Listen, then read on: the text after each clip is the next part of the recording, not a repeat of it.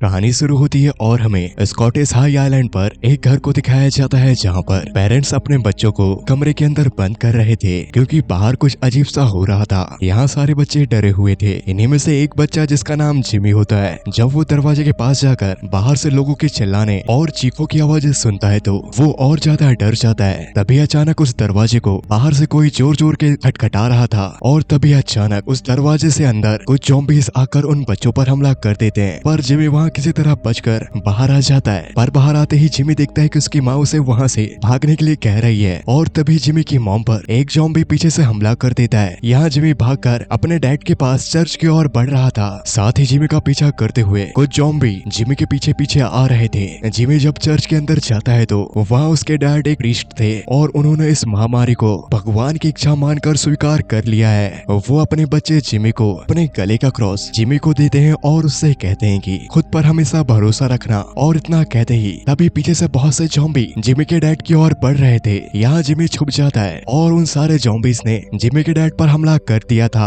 और उसके कुछ समय बाद ये वायरस पूरी दुनिया में फैल गया। कुछ देशों ने अपने आप को बचाने के लिए क्वारंटीन कर लिया। इस वायरस से दुनिया की आधी से ज्यादा आबादी ज़ॉम्बी में बदल गई और अब हमें 28 साल बाद का समय दिखाया जाता है, जहाँ हमें मेन आइलैंड से दूर समुद्र के बीच एक आइलैंड पर लोगों ने वायरस से बचने के लिए और अपने आप को ज़ॉम्बी से बचाने के लिए इस आइलैंड पर कॉलोनी बसाई है। और इस आइलैंड पर रहने वाले लोगों ने बिना किसी तकनीकी उपकरणों के अब जीना सीख लिया है। वो यहाँ पर ज़ॉम्बी से बचने के लिए बंदूकों की जगह तीर कमान का इस्तेमाल करते हैं। यहाँ हमें जिमी के बेटे स्पाइक को दिखाया जाता है जो सोया हुआ था। उसे उसके पिता जिमी आकर उठाते हैं क्योंकि आज का दिन स्पाइक के लिए खास था। दरअसल जब से इस वायरस से लोग ज़ॉम्बी में बदल रहे हैं तब से ही इस आइलैंड पर लोगों ने अपने बच्चों को उस खतरे से लड़ने के लिए तैयार करना जरूरी समझा और इसलिए यहाँ जिमी अपने बेटे स्पाइक को मेनलैंड की ओर ले जा रहा है जहाँ पर बहुत से ज़ॉम्बीज़ हैं और आज स्पाइक को उन ज़ॉम्बीज़ का सामना करना है और इस चीज के लिए स्पाइक एक्साइटेड होता है। यहाँ हमें जिमी की पत्नी मतलब स्पाइक की मॉम को दिखाया जाता है जो काफी समय से बीमार है। स्पाइक अपनी मॉम से मिलकर नीचे अंकल सैम के पास जाता है जो कि उसका नेबर था। अंकल सैम ने स्पाइक के लिए एक धनुष बनाया होता है जिसका इस्तेमाल आज स्पाइक ज़ॉम्बीज़ के खिलाफ करेगा।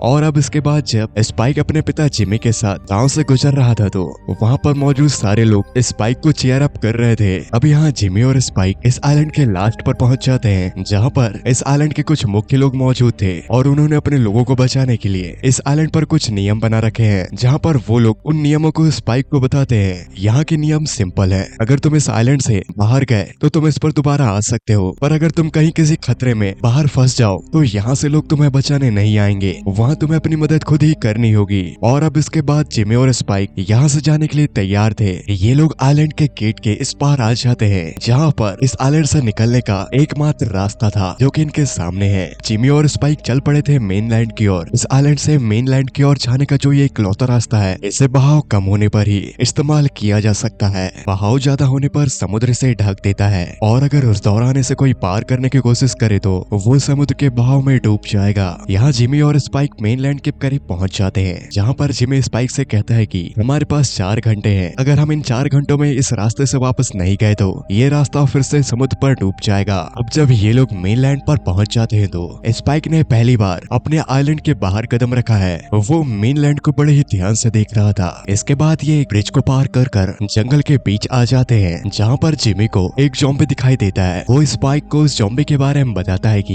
ये ज़ॉम्बी रेंगने वाले हैं, इनसे उतना ज्यादा खतरा तो नहीं होता, पर हाँ इनका काटना बाकी ज़ॉम्बीज़ की तरह ही डेंजरस है। जिमी स्पाइक को उस ज़ॉम्बी के गर्दन पर निशाना लगाने के लिए कहता है ताकि वो एक तीर में ही मारा जाए। स्पाइक का निशाना सटीक था, उसने एक बार में ही उस ज़ॉम्बी को मार दिया। पर तभी यहाँ कुछ और ज़ॉम्बी आ जाते हैं जिन्हें जिमी मार देता है। अब ये वहाँ से आगे बढ़ते हैं। कुछ दूर और आगे चलने पर जिमी और स्पाइक को हिरणों का एक बहुत ही बड़ा झुंड भागते हुए दिखाई देता है। स्पाइक ने ऐसा नजारा पहली बार देखा होता है। अब इनके रास्ते पर एक घर था। उस घर के अंदर ये लोग देखते हैं जहाँ पर एक उल्टा लटका हुआ ज़ॉम्बी, जिसे किसी ने बहुत ही टॉर्चर किया है और उसे उल्टा लटका कर रखा हुआ है। जिमी स्पाइक को उसे मारने के लिए कहता है पर यहाँ स्पाइक थोड़ा डर चुका था, वो ये नहीं करना चाहता था। और तभी अचानक उस ज़ॉम्बी के पैरों पर बंधी रस्सी टूट जाती है जिससे वो नीचे आ जाता है और वो इन पर हमला करता। उससे पहले जिमी उसे मार देता है और इसके बाद ये लोग उस घर में जरूरत का सामान ढूंढकर वहाँ से आगे बढ़ चलते हैं जहाँ थोड़ी ही दूर चलने पर इन्हें एक मरे हुए हिरन की डेड बॉडी दिखती है जिसे ज़ॉम्बीज़ ने खाया था। यहाँ स्पाइक को थोड़ी ही दूर पर उसे हिरन का सर दिखाई देता है जो कि पेड़ पर लटका हुआ था। वो अपने डैड को बुलाता है और जब जिमी उस सर को देखता है तो वो उस सर को देखकर थोड़ा डर सा गया था और वो स्पाइक को कहता है कि ये काम किसी आम ज़ॉम्बी का नहीं है, बल्कि ऐसा काम सिर्फ अल्फा ज़ॉम्बीज़ ही कर सकते हैं। एक अकेला अल्फा ज़ॉम्बी अपने आप में एक दानव है। इतना पता चलते ही जिमी स्पाइक को वापस आइलैंड लौटने के लिए कहता है और अब ये यहाँ से जल्द निकलना चाहते हैं। यहाँ से निकलते वक्त रास्ते पर इन्हें कुछ ज़ॉम्बीज़ दिखाई देते हैं और उन्हीं ज़ॉम्बीज़ में से एक अल्फा ज़ॉम्बी था। जिमी यहाँ स्पाइक को बिल्कुल भी हिलने से मना करता है, पर जिमी उन ज़ॉम्बीज़ को अपनी ओर बढ़ता देख वहाँ से भागने लगता है स्पाइक के साथ। अब स्पाइक और जिमी के पीछे खतरनाक ज़ॉम्बीज़ थे जिनमें अल्फा ज़ॉम्बी भी होता है। स्पाइक और जिमी लगातार भागे जा रहे थे, पर यहाँ ज़ॉम्बी उनके काफी करीब आ जाते हैं। जिमी और स्पाइक उन ज़ॉम्बीज़ से बचने के साथ साथ उन ज़ॉम्बीज़ को मार भी रहे थे और इसमें जिमी की मदद स्पाइक भी करता है, पर इन्हें उन ज़ॉम्बीज़ से बचने के लिए कहीं पर छुपना होगा। अभी इन्हें सामने कुछ घर दिखाई देते हैं। जब ये उस घर के अंदर जाते हैं तो जिमी स्पाइक को ऊपर जाने के लिए कहता है और वो एक एक करके जो ज़ॉम्बीज़ आ रहे हैं उन्हें वो मारता है और इसके बाद जिमी भी स्पाइक के साथ उस घर के ऊपरी सिरे में छुप जाता है जहाँ पर उन तक ज़ॉम्बीज़ नहीं पहुँच सकते। पर अब जिमी और स्पाइक यहाँ फंस चुके हैं। जिमी स्पाइक को बताता है कि अल्फा ज़ॉम्बी ताकतवर होने के साथ साथ वो सोचने में भी काबिल होता है। अब हमारे पास इनसे बचने का सिर्फ एक ही रास्ता है और वो है यहाँ पर ज़ॉम्बीज़ से बचकर छुपे रहना, क्योंकि इनके पास के तीर भी खत्म हो चुके हैं और साथ ही समुद्र के पानी का स्तर भी बढ़ रहा है धीरे धीरे। अब ये यहाँ पर बस इंतजार कर सकते हैं। इन्हें यहाँ पर फंसे हुए रात हो जाती है, जहाँ स्पाइक को वहाँ बैठे हुए कहीं दूर से आग दिखाई देती है। वो अपने डैड से पूछता है कि वहाँ पर क्या कोई गाँव है, जिस पर जिमी स्पाइक को कहता है कि मैं नहीं जानता, मैं वहाँ कभी नहीं गया। पर स्पाइक उस जलती हुई आग को बड़े ध्यान से देखता है। इन लोगों को यहाँ पर नींद आ जाती है। स्पाइक को रात पर अपनी मॉम का सपना आता है जहाँ पर वो समुद्र पर डूब रही थी और तभी अचानक आसपास की जगह हिलने लगती है और तभी ये जिस घर पर छुपे हुए थे उसी के पास से एक हिरण का बहुत बड़ा झुंड गुजरता है, जिससे वो पुराना घर पूरी तरह से हिल रहा था और वो टूटकर गिरने लगता है। यहाँ जिमी अपने बेटे स्पाइक को उठाकर उस घर से बाहर निकलता है और अब उनके पास एक ही ऑप्शन बचता है, आइलैंड की ओर लौटना। रात हो जाती है तो यहाँ कोई ज़ॉम्बी दिखाई नहीं देता। वो आइलैंड की ओर बढ़ रहे थे। यहाँ स्पाइक अपने डैड से पूछता है कि समुद्र के पानी का स्तर बढ़ गया होगा, पर जिमी कहता है कि हाँ, पर उतना नहीं, और ये किसी तरह समुद्र के पास पहुंच जाते हैं। जिमी और स्पाइक अपने आइलैंड की ओर तेजी से बढ़ रहे थे। तभी हमें पीछे दिखाया जाता है जहाँ पर अल्फा ज़ॉम्बी ने इन्हें देख लिया है और वो इनके पीछे आ रहा है। जिमी और स्पाइक ने उस समुद्र को आधे से ज्यादा पार कर लिया था। ये लोग अल्फा को अपने पीछे देखकर डर जाते हैं और ये तेजी से आइलैंड की ओर भाग रहे थे। अल्फा भी इनके काफी करीब आ जाता है, पर ये तब तक आइलैंड के पास पहुंच जाते हैं जहाँ पर लोगों ने इन्हें देख लिया था और वो अल्फा पर लगातार तीर चला रहे थे, पर यहाँ उन तीरों का अल्फा पर कोई असर ही नहीं पड़ रहा था। वो स्पाइक के काफी करीब आ जाता है, पर जब तक वो स्पाइक पर हमला करता उससे पहले ही वहाँ एक जलता हुआ तीर आकर उस अल्फा को लग जाता है, जिससे वो वहीं पर मर जाता है और यहाँ जिमी और स्पाइक बच जाते हैं। आइलैंड पर स्पाइक की वापसी की पार्टी दी जाती है जहाँ पूरे आइलैंड के लोग एंजॉय कर रहे थे। तभी यहाँ स्पाइक देखता है कि जिमी उसके डैड किसी और लड़की के साथ है और वो ये देखकर अपने डैड से नाराज हो जाता है और वहाँ से चले जाता है। स्पाइक हमेशा अपनी मॉम की चिंता किया करता क्योंकि वो बहुत ज्यादा बीमार रहती थी। यहाँ स्पाइक अंकल बैन से मिलता है और अंकल बैन स्पाइक से पूछते हैं कि तुमने आज क्या क्या किया। स्पाइक अंकल बैन को हर एक बात बताता है। वो अंकल बैन को ये भी बताता है कि उसने मेनलैंड पर आग जलते हुए भी देखा। वो आग दक्षिण की ओर जल रही थी, जिसके जवाब में अंकल बैन स्पाइक से कहते हैं कि लगता है तुमने बूढ़े कैल्सन को देखा, वो अभी भी जिंदा होगा। जिसके जवाब में स्पाइक कहता है कि वो कौन है। अंकल बैन उसे बताते हैं कि वो एक डॉक्टर है। स्पाइक अंकल बैन से डॉक्टर कैल्सन के बारे में और भी जानना चाहता था, पर बैन वहाँ स्पाइक को कुछ भी नहीं बताता। अब हम अगली सुबह देखते हैं जहाँ पर स्पाइक अपने डैड के पास जाता है और वो डॉक्टर कैल्सन के बारे में उनसे पूछता है। जिमी डॉक्टर कैल्सन का नाम स्पाइक के मुंह से सुनकर थोड़ा हैरान था, पर फिर वो समझ जाता है कि इस बारे में उसे बैन ने बताया होगा। वो स्पाइक को कहता है कि डॉक्टर कैल्सन एक सन की आदमी है। दरअसल ये बात है तुम्हारे पैदा होने से पहले की, जब हम इस आइलैंड पे नहीं रहा करते थे। हमें खाना ढूंढने के लिए जंगलों में भटकना पड़ता था। इसी दौरान हम एक ऐसी जगह पे पहुंच गए जहाँ पर डॉक्टर कैल्सन रहा करते थे और हमने क्या देखा, डॉक्टर कैल्सन सैकड़ों लाशों के बीच उन लाशों को एक एक कर जला रहे हैं। वहाँ बूढ़े बच्चे और महिलाएं भी हैं। और तब डॉक्टर कैल्सन ने हमें देखा। वो अजीब तरह से इशारा कर कर हमें अपनी ओर बुला रहे थे। वो शख्स एक डॉक्टर नहीं बल्कि एक जल्लाद है और उसके बाद से मैं कभी वहाँ नहीं गया। पर यहाँ स्पाइक अपने डैड की बात को नहीं मानना चाहता क्योंकि उसे अपनी मॉम को ठीक करना है और तभी फिर से उसकी मॉम दर्द के मारे चिल्ला रही थी। अब यहाँ स्पाइक ने फैसला कर लिया था कि वो अपनी मॉम को अकेले ही मेनलैंड डॉक्टर कैल्सन के पास ले जाएगा। वो अगले सुबह आइलैंड के एक स्टोर रूम पर आग लगा देता है और आइलैंड के गेट पर पहरा दे रहे लोगों को उस जलती हुई आग को दिखाकर वहाँ मदद करने के लिए जाने को कहता है। और जैसे ही वहाँ से सारे लोग चले जाते हैं तो स्पाइक अपनी मॉम को लेकर उस आइलैंड से मेनलैंड की ओर बढ़ने लगता है। यहाँ स्पाइक की मॉम बात बात पर चीजों को भूल जाया करती थी, तो वो स्पाइक को यहाँ कुछ भी नहीं कहती। ये मेनलैंड पर पहुंचकर स्पाइक अपनी मॉम को लेकर उस आग की दिशा की ओर बढ़ रहा था। ये लोग लगातार दक्षिण की ओर बढ़ रहे थे। पूरा दिन सफर तय करने के बाद इन्हें अपने सफर के दौरान अभी तक कोई ज़ॉम्बी नहीं मिला। ये पूरा दिन सफर करते हैं और शाम होते ही ये एक जगह पर रात पर रुकने का फैसला करते हैं। अब धीरे धीरे अंधेरा हो जाता है। यहाँ स्पाइक कुछ देर पहरा देता है पर उसकी भी आंख लग जाती है। पर तभी रात में एक रेंगने वाला ज़ॉम्बी स्पाइक की ओर बढ़ रहा था, पर वो ज़ॉम्बी स्पाइक को कुछ करता उससे पहले उसकी मॉम ने उस ज़ॉम्बी को मार दिया था। अगली सुबह स्पाइक उस ज़ॉम्बी को देखता है तो उसे कुछ समझ नहीं आता कि ये किसने किया। ये अपने सफर में फिर से आगे बढ़ चले थे।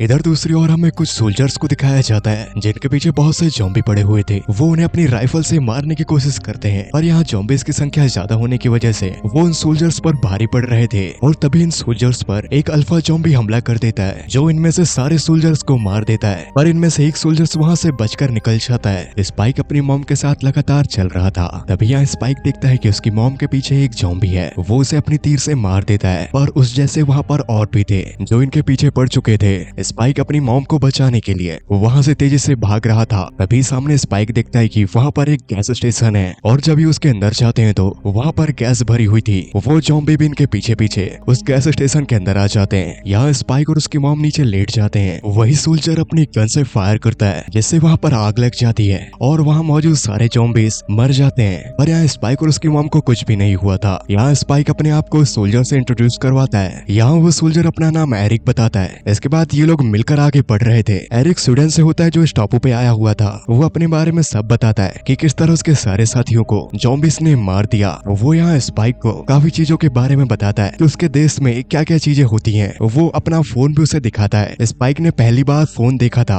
और फिर ये चलते हुए एक ट्रेन के पास पहुंचते हैं जहाँ स्पाइक की मां उस ट्रेन के अंदर चली जाती है। वो वहाँ पर देखती है कि एक ज़ॉम्बी ने बच्चे को जन्म दिया है। जब वो उसे अपनी गोद में उठाती है तो वो बच्चे इस वायरस से बिल्कुल भी इन्फेक्टेड नहीं थी। एरिक उस बच्चे को वहीं छोड़ने के लिए कह रहा था, पर तभी अचानक वहाँ पर अल्फा ज़ॉम्बी आ जाता है और वो एरिक को मार देता है। यहाँ स्पाइक और उसकी मॉम उस बच्ची को लेकर भाग रहे थे और भागते हुए जब ये ट्रेन के बाहर आते हैं तो किसी ने दूर से कुछ मारा था जिससे वो वहीं खड़ा हो जाता है। ये और कोई नहीं डॉक्टर कैल्सन होते हैं। वो यहाँ स्पाइक और उसकी मॉम से मिलते हैं और उनसे कहते हैं कि मुझे ऐसे देखकर डरो मत, मैंने अपने शरीर पर आयोडीन लगा रखा है क्योंकि इससे वायरस से बचा जा सकता है। स्पाइक यहाँ जान जाता है कि यही डॉक्टर कैल्सन है और फिर डॉक्टर कैल्सन स्पाइक और उसकी मॉम को अपने साथ चलने के लिए कहते हैं। साथ ही उन्होंने एरिक का सर भी रख लिया था। डॉक्टर एरिक इन्हें नदी के सहारे वो जहाँ रहते हैं वहाँ तक ले जा रहे थे और जब ये वहाँ पहुँचते हैं तो यहाँ चारों ओर इंसानों के स्केलेटन्स की बोन्स से काफी ऊंचे ऊंचे टावर्स बना रखे हैं और इन सब के बीच पर एक स्कल का काफी ऊंचा टावर है जहाँ डॉक्टर कैल्सन ने उन सारे लोगों को श्रद्धांजलि के रूप में यहाँ पर रखा हुआ है। और उस टावर को डॉक्टर कैल्सन मेमेंटो मोरी कहते हैं। ये एक ग्रीक शब्द है जिसका मतलब है मौत को याद रखना। इसके बाद वहाँ पर वो एरिक का स्कल भी रख देते हैं। इसके बाद स्पाइक डॉक्टर कैल्सन को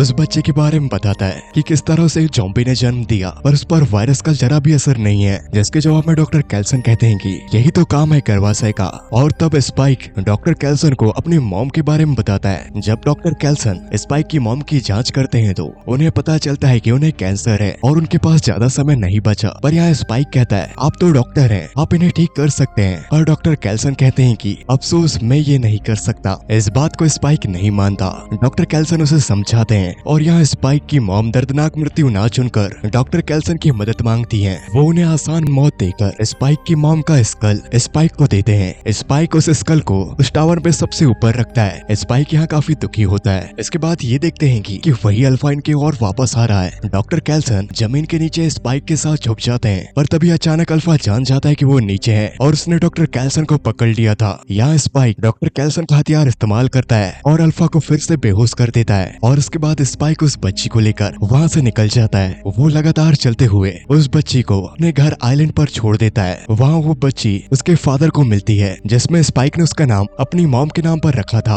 और उस नोट पर स्पाइक ने उस बच्ची का अच्छे से ख्याल रखने के लिए लिखा था। और हम 28 दिन बाद देखते हैं जहाँ पर हमें स्पाइक मेनलैंड पर अकेला दिखाया जाता है। वो अब अकेला ही रहने लगा है। वो खुद ही शिकार करता और अपने आप को बचाता। और अब हमें मूवी के लास्ट पे दिखाया जाता है कि स्पाइक देखता है वहाँ पर कुछ ज़ॉम्बी उसकी ओर अंदर पड़ रहे हैं वो अपने तीरों से उन ज़ॉम्बी को एक एक करके मारता है और ज़ॉम्बीज़ को मारते हुए स्पाइक को वहाँ से कोई और भी देख रहा था। ये वही लड़का होता है जिमी, जो हमें मूवी के स्टार्ट में दिखाया गया था। जिमी और उसके साथी स्पाइक की मदद करते हैं ज़ॉम्बीज़ से लड़ने में और अब लगता है स्पाइक जिमी और उसके साथी के साथ रहेगा। इसी के साथ ये मूवी यहाँ पर समाप्त हो जाती है। उम्मीद है आप लोगों को मेरा एक्सप्रेशन पसंद आया होगा। मैं हर्ष मिलता हूँ किसी और वीडियो में।